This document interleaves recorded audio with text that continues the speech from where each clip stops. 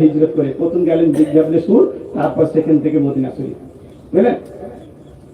প্রত্যেকের মাল পরের দিন আলী রাদিয়াল্লাহু আনহু যে যার আমানত তাকে পৌঁছে দিয়ে তারপরে তিনি এলেন। এর নাম ছিল, তার নাম ছিল আল আমিন, সত্যবাদী।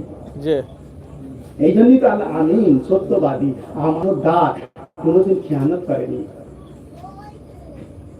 যে নবীর কাছ থেকে আমরা শিক্ষা নেব, সেই নবীর আদর্শ যদি আজ আমাদের মধ্যে না থাকে, আমার নামাজ আপনার কি লাভ হবে?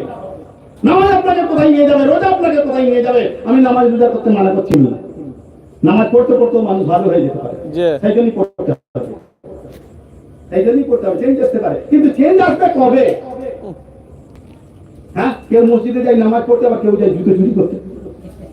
তা মনটা ঠিক করো আগে। খালি নতুন নতুন জুতোগুলো দেখছে কোথায় লেখা, যে নামাজ ধরলে অমনি জুতোটা নিয়ে পা, এরকম তো মানুষ আছে।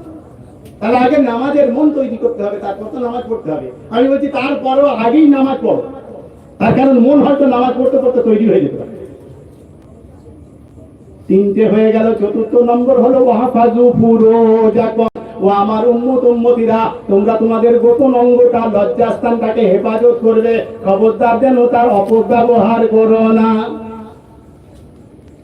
এটা কেন কেমন বেপরদার মতো বসে দেখো, মাঝে মাঝে এসে দেখি একটু গরমে সব মেয়েরা এল কালাতি বসে,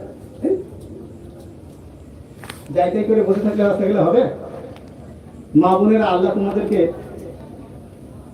জ্ঞানী সোনার মতো করেছেন। সোনাকে কি আমরা রাস্তাঘাটে ফেলে রাখি? তাকে ভালো করে ভাঁজ মেরে কোথায় ভেতর রাখি? পিঠের ভেতর, বাক্সের ভেতর রাখি। হ্যাঁ, তো তোমরা ছাদের উপর উঠে যেতে পারিনি হাওয়া খেতে? আল্লাহ কারো সব তো ছাদওয়ালা ঘর, ঘরের ভেতর যদি গরম হয় ছাদে উঠে যাও, ছাদে যে হাওয়াটা খাও। এই এই দরজা চৌকাঠে এসে বসে হাওয়া খেতে হবে কিসের জন্য? হ্যাঁ, মেয়েদেরকে পর্দাটা বেশি করতে হবে পুরুষদের থেকে, তাই বলে পুরুষরা বুক খুলে ঘুরলে হবে না। মেয়েদেরকে পর্দাটাকে বেশি করতে হবে। কেন বলেন তো দেখি? পুরুষরা তার বাচ্চা ধারণ করতে পারে না, মেয়েদের পেটে বাচ্চা থাকে। তফাৎটা হলো এইটাই।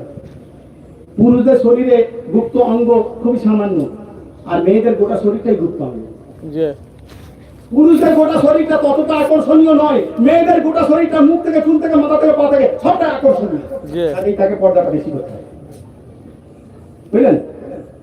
ওই জন্যই 5 নম্বরে আল্লাহ নবী আল্লাহর হাবিব বলেন, গুদ্দু আবসারাকুম, আমার উম্মত উম্মতিরা, তোমরা তোমাদের চোখ দুটোকে নিচু করে রাখে। চোখ দিয়ে খবরদার জায়গায় অন্যায় জিনিস দেখো না। চোখ দিয়ে যেন কোনো ভুল জিনিস দেখে, চোখটা সামনে রাখবে, বুঝলেন? মদিনা শরীফে একটা মেয়ে ছেলে জানেন, খুব সুন্দর দেখতে, একটু বলবো, অসুবিধা হবে না? বলেন না, সবাই বলতে মোনাজাত করতে, দেখো খবরটা কি দেয়, দেখো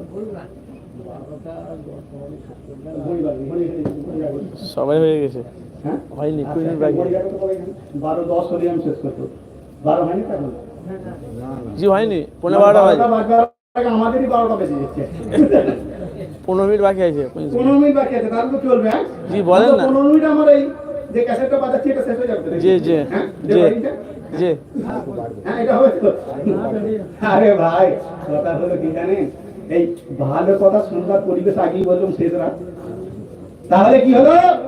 চতুর্থ নম্বর হলো ওয়াহফাজু ফুরুজাকুম, ও আমার উম্মত উম্মতিরা, তোমরা তোমাদের লজ্জাস্থানকে হেফাজত করবে, খবরদার যেন লজ্জাস্থানের অপব্যবহার করো না।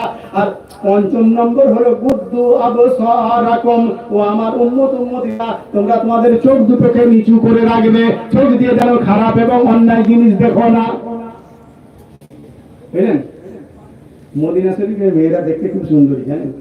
জি জি, ওই জন্যে মদিনা শরীফের মেয়েদের পর্দাও খুব কঠোর, একদম মুখ মাথা চুল সব ঢাকা, হাত মোজা, পায়েও পা মোজা এখন।